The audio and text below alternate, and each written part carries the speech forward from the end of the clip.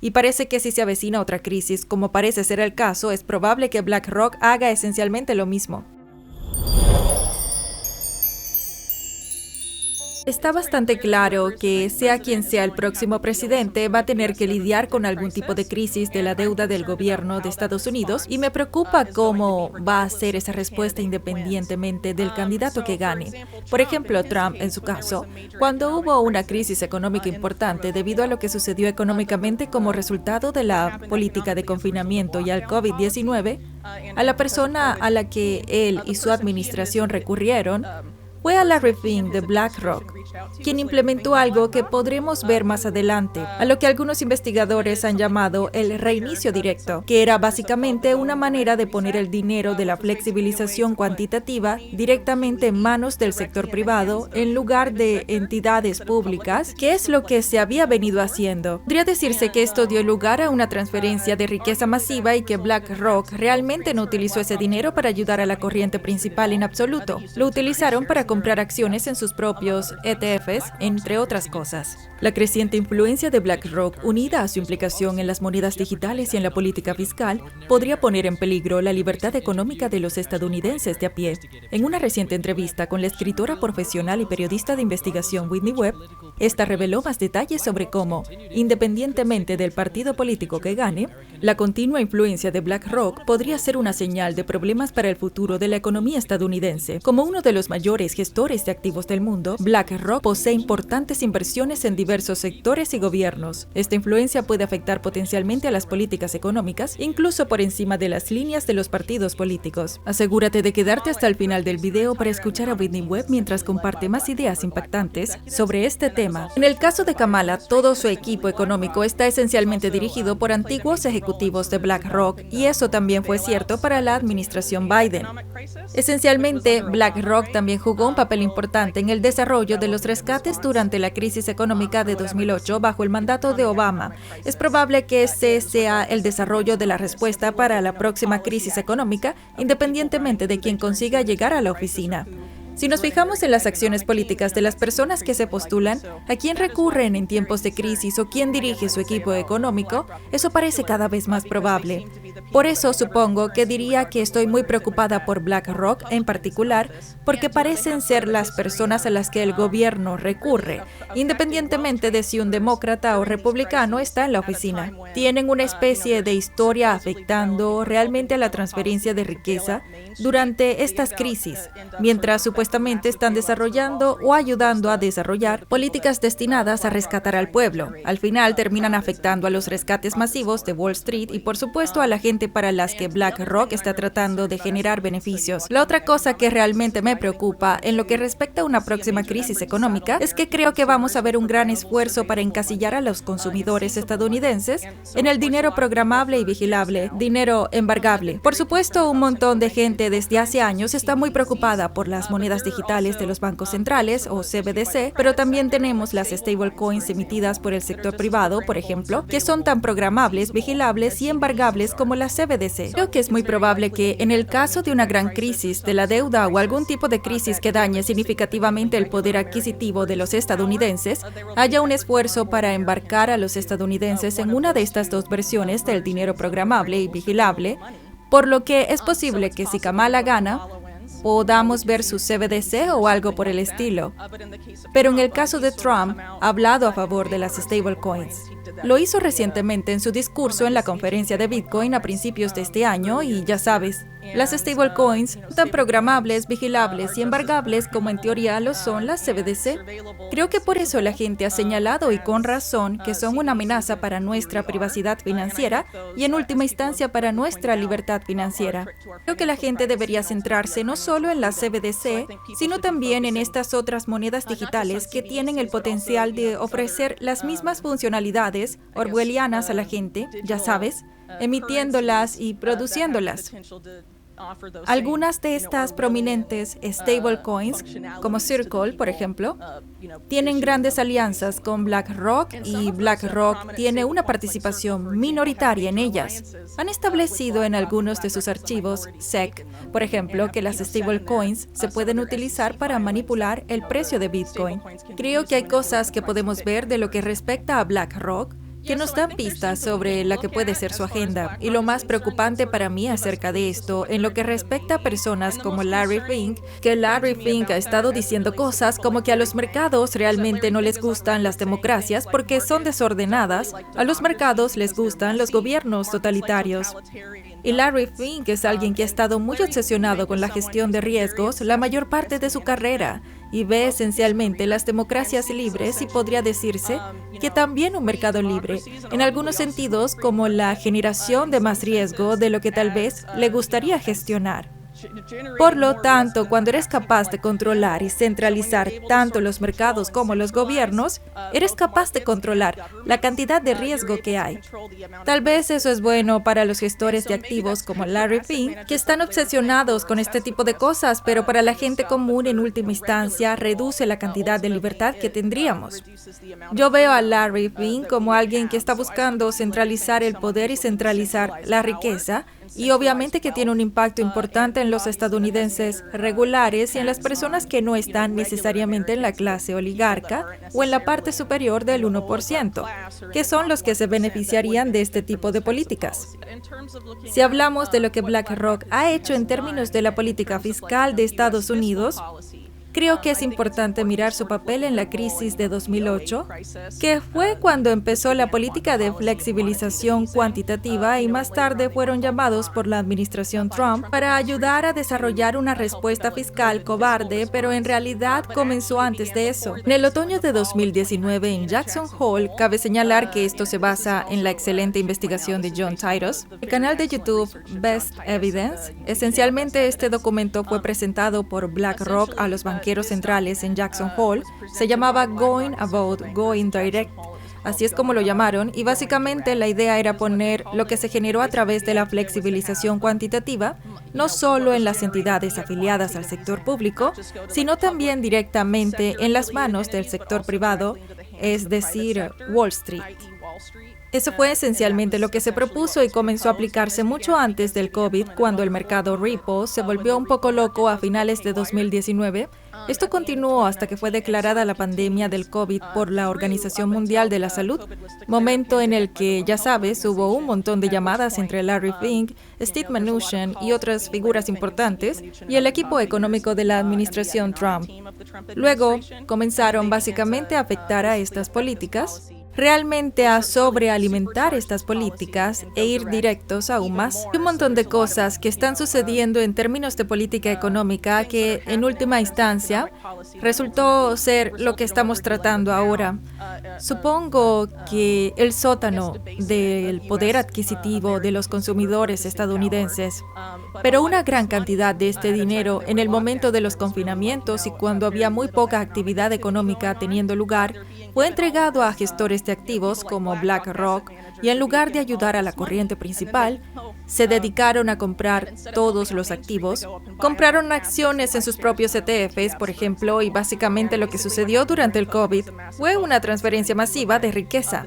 Si nos fijamos en las estadísticas de la misma, la parte superior del 1% en los Estados Unidos se benefició enormemente durante el COVID, pero el resto de nosotros no lo hizo. Tal vez algunas personas recibieron algún estímulo, pero muchas de las consecuencias de estas políticas dieron lugar a esta situación inflacionaria en la que nos encontramos y muchos otros problemas económicos con los que la gente está lidiando, por lo que BlackRock, en cierto modo yo diría, supervisó estas transferencias de riqueza en beneficio de Wall Street y no de la corriente principal. Y parece que si se avecina otra crisis, como parece ser el caso, es probable que BlackRock haga esencialmente lo mismo. La realidad es que numerosos informes sobre las cuestionables acciones de BlackRock han estado circulando por los medios de comunicación desde hace bastante tiempo. Un artículo de Whitney Webb y Mark Goodwin en la revista Bitcoin revela que BlackRock está incluso proponiendo tokenizar varios activos, incluidos los recursos naturales. Esto significa que dividirían estos activos en unidades más pequeñas y negociables. Los críticos argumentan que la tokenización organización de los recursos naturales podría conducir a una mayor mercantilización y explotación del planeta. A medida que estos activos se conviertan en mercancías comercializables, existe el riesgo de que las empresas den prioridad a los beneficios frente a la sostenibilidad, lo que podría dañar los ecosistemas y contribuir al cambio climático. Volvamos ahora a Whitney Webb para que nos lo explique con más detalle. A veces esta política fiscal ha estado destinada a ayudar a los estadounidenses de a pie y no lo ha estado haciendo cuando BlackRock ha estado involucrado. Realmente esto es algo que la mayoría de los estadounidenses ni siquiera sabe. Para describir el mecanismo exacto, de nuevo, me remitiré a John Titus o a su trabajo, a su artículo sobre Going Direct en el informe Solari, que se puede leer de forma gratuita. Está muy bien documentado y describe todo esto en detalle. Estoy señalando su investigación porque creo que es muy importante en lo que respecta a BlackRock y a su impacto en la política de respuesta del COVID. Para los que quieran ver en profundidad cuáles fueron los mecanismos y cómo sucedió todo esto, sin duda los animo a honrarlo y a leer su trabajo, ya que es forense, muy detallado y completamente hermético respecto a lo que sucedió con BlackRock y la respuesta fiscal al COVID. En el caso de BlackRock había un mecanismo de financiación establecido. Hubo varios establecidos durante el COVID, pero hubo un par de ellos, creo que 2, que fueron esencialmente otorgados a BlackRock para que los gestionase. Y de nuevo, se trata de una política que BlackRock escribió mucho antes del COVID, sobre lo que la Fed debería hacer durante la próxima recesión. La Fed implementó ese plan mucho antes del COVID-19 y luego, cuando el COVID-19 sucedió, ellos sobrecargaron la política y luego desarrollaron estas facilidades de financiación supuestamente para rescatar a la corriente principal como resultado de la política de confinamiento. Después, BlackRock estaba gestionando directamente muchos de estos fondos. Creo que ahora es tal vez diferente que en el pasado, donde tenías en el caso de Trump, Larry Fink solía ser el administrador del dinero personal de Trump. Tenemos grabaciones de Trump diciendo que Larry Fink le había hecho ganar una gran cantidad de dinero como resultado de esa asociación. Luego, en el caso de Biden y Kamala, tienes, ya sabes, básicamente su política económica, Bidenomics, o lo que se convertirá Kamalanomics, o como sea, esencialmente diseñada por ex ejecutivos de BlackRock también. Si esto es lo que hicieron durante el COVID y podemos mirar a las otras cosas que BlackRock ha hecho en lo que respecta a la política fiscal de Estados Unidos en el pasado, parece que eso es lo que podemos esperar, independientemente de quién gane en noviembre. Si los próximos 4 años nos traen a algún tipo de crisis económica, parece probable que haya algún tipo de evento económico, ya sabes. Tienes a gente como el expresidente de la Cámara, Paul Ryan, diciendo que es muy probable que el próximo presidente vaya a tener que lidiar con la próxima crisis de la deuda del gobierno de Estados Unidos, por ejemplo. Esto no es algo sobre lo que simplemente esté especulando. Hay políticos importantes que dicen que deberíamos esperar una gran crisis económica en los próximos 4 o 5 años, y con Trump teniendo el historial político de poner a BlackRock al timón cuando hay una crisis económica, y luego a Kamala y a Biden teniendo BlackRock dirigiendo su política económica, de cualquier manera, esta es una entidad que deberíamos estar mirando y escudriñando porque es muy probable que estén desarrollando la respuesta fiscal. Una vez más, a cualquiera que sea la crisis, creo que cuando una crisis está ocurriendo, la gente tiende a tener respuestas emocionales que tienden a llegar desde el miedo, y esto tiende a impedir que la gente piense críticamente o con calma o racionalmente acerca de las situaciones o sobre las políticas. Durante el COVID-19, la atención se centró en la situación en sí y en la bioseguridad, no tanto en la situación financiera. Pero, por ejemplo, si se produjera una crisis importante, esto afectaría enormemente la capacidad de los estadounidenses de participar en la actividad económica o haría que su poder adquisitivo quedara prácticamente aniquilado. Creo que llegaríamos a ver a un montón de gente realmente mendigando cualquier respuesta política. Resolved esta crisis ahora, necesitamos algo. Y no a gente pensando acerca de cuál sería la mejor respuesta política a este tipo de crisis. La gente no va a pensar con calma y a ponerlo todo encima de la mesa. Además, es muy poco probable que haya algún tipo de debate político abierto y tranquilo al respecto. Por lo general, lo que sucede es que el gobierno dice, la gente está asustada y emocional, clamando por algún tipo de solución por parte del gobierno, y el gobierno ofrece algún tipo de solución. Y ya sabes, como con el COVID, BlackRock anticipó la próxima recesión alrededor de un mes antes de que el mercado Ripple comenzara a enloquecer, y se la presentó a los banqueros centrales. Esta es la política que debes aplicar durante la próxima recesión. Es muy posible que BlackRock esté trabajando en documentos de política para los banqueros centrales u otras personalidades como el gobierno de Estados Unidos sobre qué política debe aplicarse si este tipo de crisis ocurre o si aquel tipo de crisis ocurre. Parece que es como si ellos estuvieran diseñando las políticas, supongo, en la administración Biden. En los últimos 4 años, ex ejecutivos de BlackRock han estado liderando su equipo económico, llevándonos a donde estamos ahora. Probablemente esto influirá en lo que sucederá en los próximos 2 años o cuando sea que esta crisis emerja. Parece muy probable que dominarán la respuesta fiscal de nuevo y entonces la gente, al no ser realmente consciente de cómo se desarrolla esto o cómo realmente no hay mucha cobertura mediática sobre, por ejemplo, el papel de BlackRock en la administración Biden o en el equipo económico de Kamala específicamente. He visto muy poca cobertura de esto recientemente. Tal vez algunas noticias aquí y allá sobre el nombramiento de estas personas, pero nada significativo más allá de eso. Y luego, por supuesto, hubo muy poco escrutinio de la respuesta fiscal de los Estados Unidos al COVID. Simplemente se sobreentendió. Esto es lo que el gobierno tuvo que hacer para responder a la crisis, en muchas situaciones, pero no creo que eso sea necesariamente cierto porque, de nuevo, la respuesta fiscal comenzó mucho antes de que la pandemia del COVID fuera declarada por la Organización Mundial de la Salud. Hablamos de bastantes meses, ¿cierto? No lo sé.